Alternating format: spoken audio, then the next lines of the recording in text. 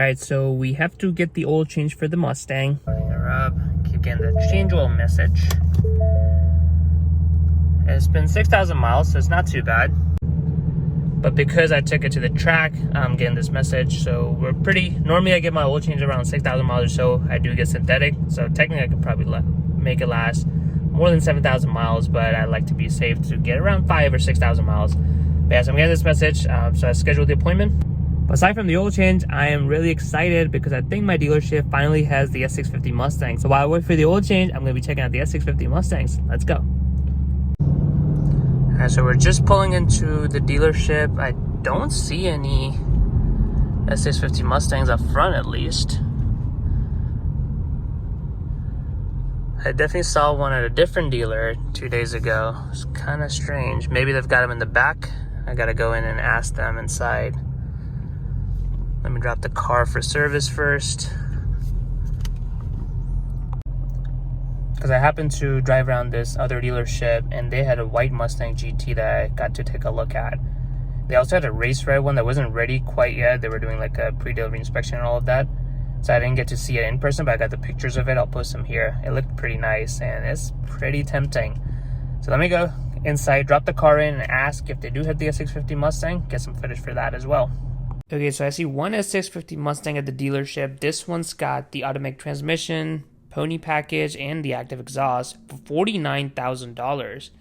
That is crazy. $49,000 for a base Mustang. That's absurd. That used to be a Shelby price not too long ago. So this one's got quad exhaust because it does have the active exhaust. I don't like how they went back to the dual exhaust for the regular GTs. It was something that they had done pretty well with that. We're going to be taking a look at the interior as well, but let me take a quick look at the engine bay since it's opened up. So we got the dual air intake, and this is the Gen 4 Coyote making 480, or I guess in this trim, 486 horsepower. The engine bay looks really good. It's got some carbon fiber accents, or of course it's going to be faux carbon fiber. The dual intakes, I feel it's going to get pretty pricey to put the JLT intakes on those.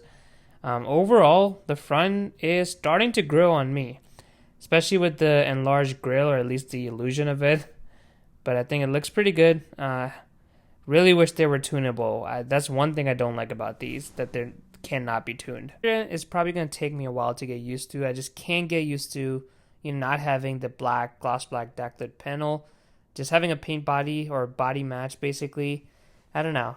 We've been seeing this since 2013 in the Mustang, where the gloss black backlit panel was there. Although I do like the taillight design. It's pretty aggressive with the curve and everything. So now let's move into the interior of the S650 Mustang. I love the flat bottom steering wheel. Really nicely leather wrapped, especially given that's a base model. We've got carbon fiber touches throughout. So we've got around where the vents are and also where the shifter would be. I really like it where they've kind of, give it a sporty touch on the interior. Even the center storage has got like nice leather wrapped over here with stitching. The main console is obviously hard plastic. Looking at the interior as well, the door panel, all this portion is actually leather except the top portion, with this one is cloth. I'm pretty impressed for the base model interior, to be honest with you. Alright, let's take a look at these screens, which is obviously the highlight of the S650 Mustang interior. Okay, so let's take a look at the gauges on the S650 Mustang. You can change it with your drive mode, which is what I have selected. So let's go ahead and take a look at the normal gauges, which is going to be obviously normal looking, but it's going to have full customization from the purple color and everything.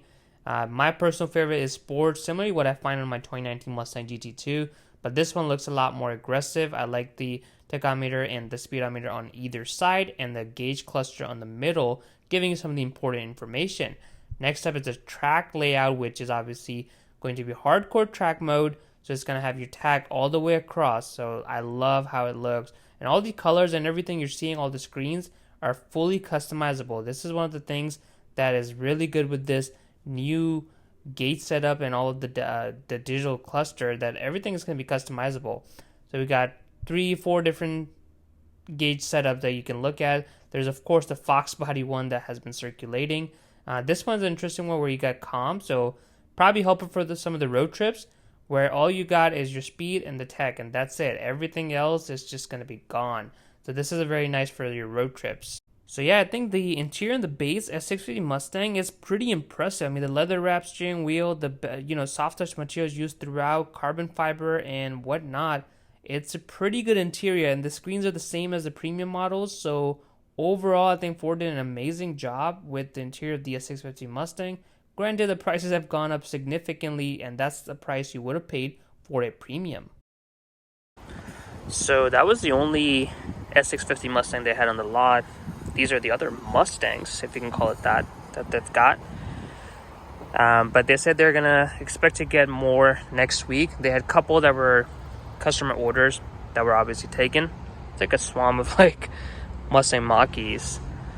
But yeah, so I'm probably gonna come back here and get to do an in-depth deep dive into the S650 Mustangs, and hopefully get to test drive them too, because this one was inside the dealership obviously, so they didn't want me to test drive it, but they said I can come back once we have the regular Mustangs and I can test drive that. So it would be nice to kind of actually get a comparison, because a lot of reviews I've seen are basically saying that there's not much of a difference aside from the steering, but I do want to try it out for myself. Because race red S650 Mustang, yes, it's kind of a lot pricier, but it'd be just nice to kind of test drive it, see how it is. The interior, the base interior that I sat into was pretty good, I have to say. Like for a base car, it is pretty impressive. Although the price obviously reflects what the premium used to be a few years ago, but Ford has done a great job by getting the base car to be something that's still very appealing and has really good technology. It has soft touch materials, leather wrap steering wheel. The screens are obviously there. The premium and the base screens are the same, so you actually get the benefit of the same customization and everything, with the exception of obviously not having the flowy screen, basically. This is the only S550 that they have. It's a Celine 302. It's not even supercharged, just an appearance pack. It's like $70,000 or so. I personally would not. I mean, it looks good, but it's a convertible, no supercharger or anything. It's just a regular 10-speed car. Finally picked her up. Everything seems to be good, and I might take it to drag strip before it gets very cold and the drag strip shut down. I will be getting a tune very soon, so it'd be interesting to see what I run stock versus with just a tune. I may get a GLT intake as well, but I think for now I might just stick to a 93 tune, because most people said the colder intakes on these Gen 3 Coyote motors aren't worthwhile, so you could probably save $300 for that. Well guys, I hope you enjoyed today's video. I was able to get some sneak peek of the S650 Mustang. We're definitely going to be going back in and getting more footage for it. If you enjoyed this video, make sure you smash that like button and comment below what do you think about the S650 Mustang, and as always, subscribe to Red 50 for more videos.